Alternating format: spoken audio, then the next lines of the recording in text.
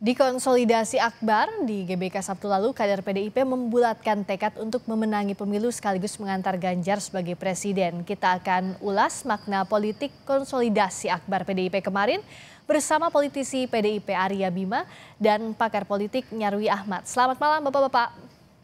Selamat malam, Selamat malam. Mas Nyarwi.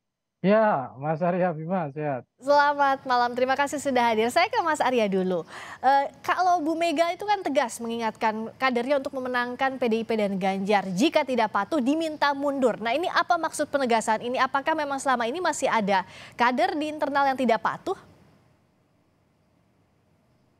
Ya, itu bagian dari proses yang selalu disampaikan Ibu Mega dari fungsi partai politik sendiri adalah fungsi komunikasi dan agregasi dan agregat kepentingan rakyat. Jadi dari rakyat oleh rakyat itu kita diberi mandat pada bulan April 2019. Tapi untuk rakyatnya kan 5 tahun. Ada defisit akses antara rakyat yang memilih kita, entah milih presiden, atau milih bupati, atau milih gubernur, atau milih DPR RI, DPRD, dan DPRD kabupaten kota. Itu ada defisit akses untuk hal-hal yang menyangkut nasib dan hal-hal yang menyangkut kepentingan-kepentingan mereka. Baik itu masalah pupuk, masalah kesehatan, masalah pendidikan. Inilah fungsi partai sebagai artikulator dan agregator. Dan itulah komunikasi politik itu harus dilakukan oleh kader untuk turun ke bawah. Sehingga defisit akses dari pemilih wong cilik, wong marhen, inilah yang harus ditutup oleh kader-kader partai dengan 3 pilar, baik di struktural partai di tingkat ranting juga menjadi artikulator dan agregat, serta fungsi komunikasi, kemudian di DPRD tingkat 2, tingkat provinsi dan tingkat pusat. Kita di tingkat turun itu tidak sekedar datang secara fisik, tapi hadir di sini dalam pengertian antara kepentingan rakyat dan kita elit itu nyambung. Inilah yang dimaksud Bu Mega. Kekuatan PD itu di 3 pilar partai itu fungsi partai, ya. Bahasa kami adalah petugas partai yang menjadi petugas rakyat untuk melayani rakyat itu adalah mewujudkan hal-hal yang menjadi amanah kita selama 5 tahun ini, bahwa akibatnya kemudian juga kita mensosialisasikan Ganjar Pranowo sebagai calon presiden. Kalau mandat yang kemarin tidak kita bereskan, tentu rakyat juga akan memberikan atau mengadili kita. Itulah yang diinstruksikan Ibu selalu terus-menerus, bahwa hal yang menyangkut amanah rakyat itu adalah suara Tuhan. Bung Karno bicara bahwa Tuhan itu bersemayam di gubuk-gubuk marhen. Dia nggak bisa apa-apa. Dia kalau masalah kesehatan dia nggak bisa menyelesaikan masalah kesehatan, pendidikan, dan masalah pupuk. Harus ada artikulator dan agregat. Disitulah seluruh jajaran kader harus turun, dan itulah yang membuat legitimasi dan elektoral PD itu sampai sekarang masih cukup kuat, bersama dengan partai-partai lain, bersama dengan partai pengusung lainnya, tentu nanti akan menjadi mesin elektoral untuk Pilpres. Dan satu hal lagi, bahwa besok itu di bawah itu harus ada rasa pileg dan Pilpres.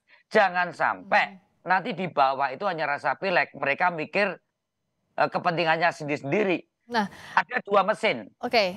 Partai, legislatif, dan eksekutif, saya kira itu. Nah, kalau Mas Arya bicara soal solidnya PDIP ini, apakah digambarkan juga dengan kemarin di podium utama ada Bu Mega, ada Pak Jokowi juga di sana, karena kan beberapa waktu ini yang sedang jadi perbincangan, apa iya Pak Jokowi ini all out ke PDI Perjuangan, itu yang ingin digambarkan?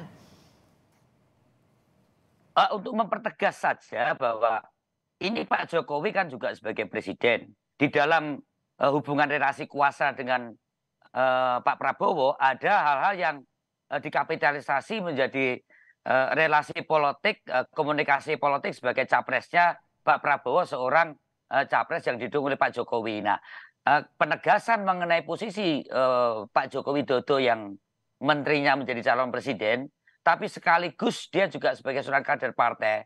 Di situ sejak pendeklarasian Pak Ganjar di Batu Tulis, kemudian Rakernas kemarin juga penegasan Pak Jokowi, kemudian ini adalah konsolidasi nasional partai, penegasan bahwa Pak Joko Widodo, bukan Presiden Joko Widodo, Pak Joko Widodo sebagai kader partai merupakan satu kader yang nantinya pasti juga akan menjalankan berbagai hal yang terkait dengan pemenangan calon Presiden Ganjar Pranowo. Ada persepsi publik di media sosial, di mainstream, seolah-olah sekarang di framing bahwa Pak Jokowi dianggap kurang loyal kepada keputusan ketua umum, itu kan hanya framing-framing kapitalisasi dari tim sukses yang cerdas memanfaatkan hubungan relasi kuasa antara presiden dengan menhannya. Jadi apa Ini yang saya terlihat kira di publik soal keakraban Pak Jokowi dengan calon lain itu tidak masalah, tidak mengubah sikap Pak Jokowi sebagai kader begitu kalau dari PDIP, Mas Arya? saya melihat track record Pak Jokowi bukan kader yang ecek-ecek tahun kemarin sore ya. Hubungan relasi kuasa antara partai sejak jadi wali kota, gubernur, dan 2 kali menjadi pilpres, navigasi menempatkan posisi sebagai seorang kepala daerah, seorang presiden bersama dengan partai-partai lain, dia cukup bisa bijaksana, dan itulah justru yang memposisikan seolah-olah hanya partai yang berkepentingan pada saat kekuasaan itu diperoleh. Karena Ibu selalu menyarankan bahwa gotong royong.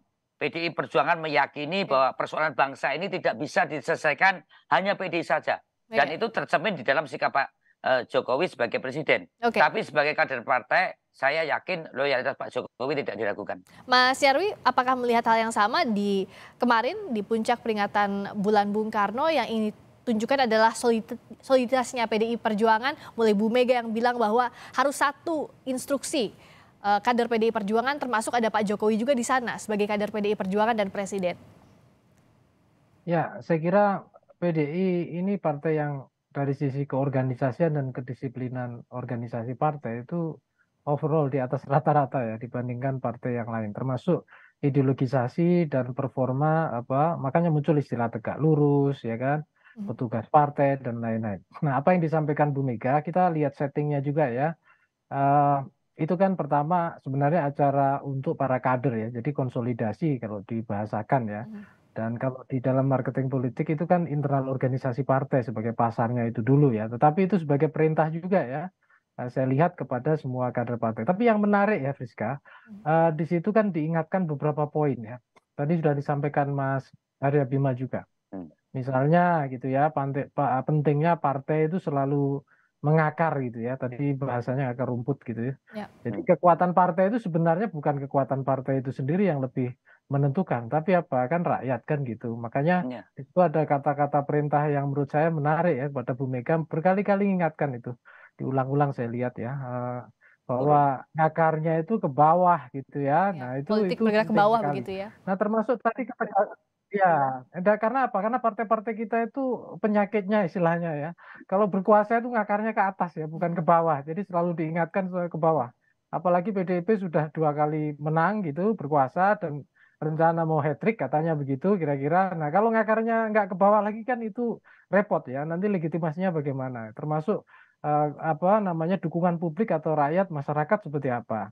Termasuk juga saya kira juga masuk akal ya, misalnya perintah kepada semua kader gitu, misalnya untuk memenangkan partainya. Nah, itu saya kira juga dilakukan oleh partai-partai yang lain gitu.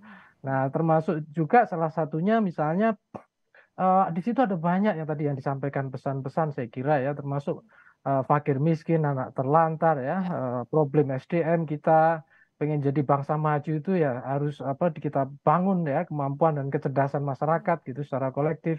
Partai PDIP ini saya lihat partai yang menjaga semangat basis akar ke bawah, dalam bahasa akademik itu namanya populismenya itu selalu kuat gitu loh.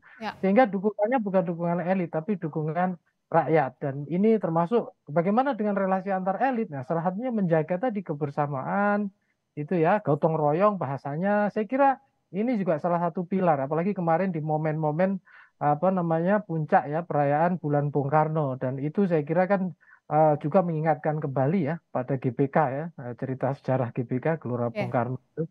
Nah, ini juga dinamika yang menarik ya Friska. Cuma salah satunya kemarin kan ya mungkin yang ditunggu-tunggu publik ya, selain terkait dengan Baca Wapres.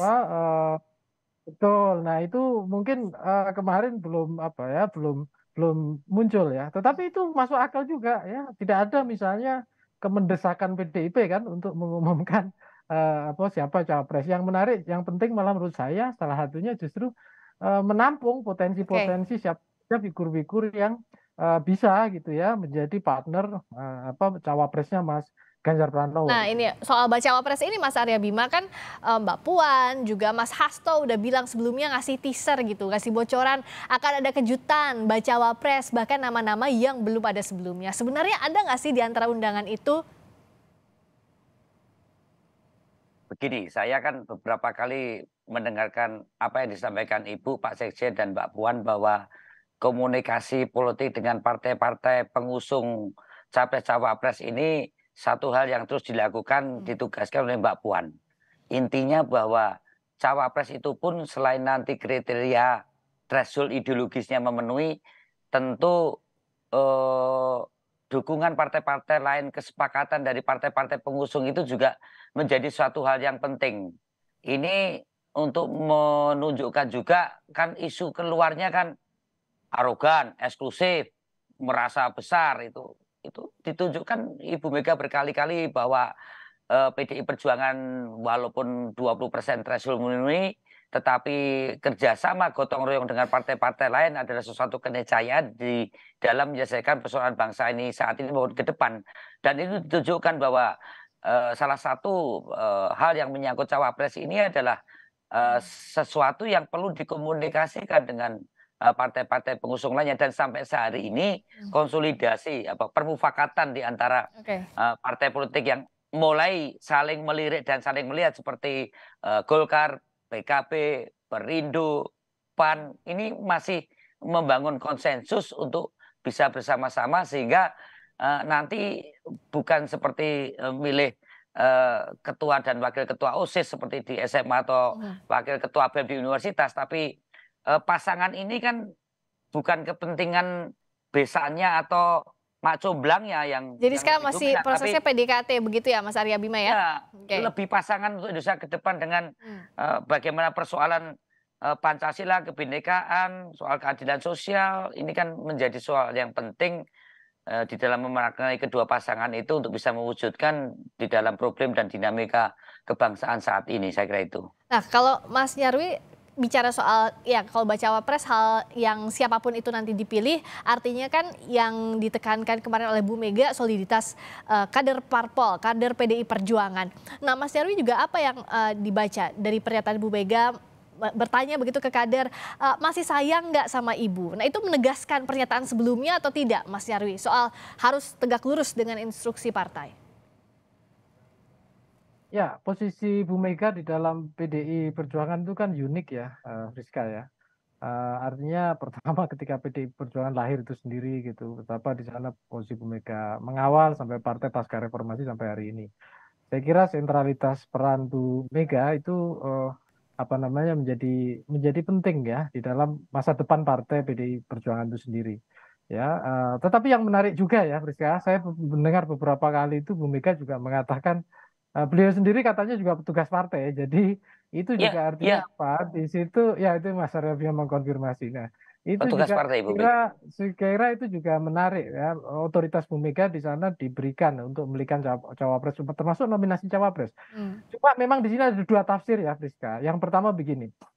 Bagi mungkin internal partai PDIP dan juga anggota-anggota mungkin sangat paham betul kenapa Bu Mega punya otoritas seperti itu atau diberikan otoritas seperti itu. Karena apa? Karena mengawal partai perannya dalam demokrasi Indonesia gitu ya, membawa mimpi besar Indonesia itu nggak bisa sembarangan milih orang kira-kira gitu kan.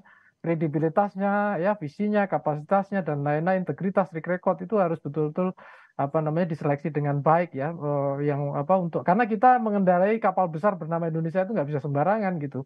Oleng sedikit yang berisiko seluruh rakyat Indonesia kan gitu. Nah, tetapi sisi lain juga muncul kadang-kala ada kritik ya, kenapa tidak ada muncul semacam demokratisasi, artinya kenapa misalnya sentralisme peran Bu Mega terlalu besar misalnya begitu. Tapi saya kira ada perkembangan bagus loh. Bu Mega juga memberikan peran kan kepada Mbak Puan gitu untuk berkomunikasi keluar. Tadi Mas Arya Bima menyebutkan supaya partai itu juga berkomunikasi, jangan kemudian dikira eksklusif, tidak ada, padahal semangatnya kan gotong royong gitu, dan itu saya kira sudah ditunjukkan juga ya, dengan menggalang banyak partai dan tadi bahkan Bu Mega ada statement kan, silakan gitu misalnya gitu ya untuk partai-partai lain, saya kira itu juga bagian dari dinamika di dalam itu ya. Oke, jadi yang ditekankan adalah PDI Perjuangan solid kali ini dan langkah berikutnya ini yang dinantikan jelang pendaftaran Capres-Cawapres siapa yang akan mendampingi Mas Ganjar nanti kalau dari PDI Perjuangan. Terima kasih politisi PDIP Arya Bima dan pakar politik Nyarwi Ahmad telah bergabung di Sapa Indonesia Malam. Selamat malam Bapak-Bapak.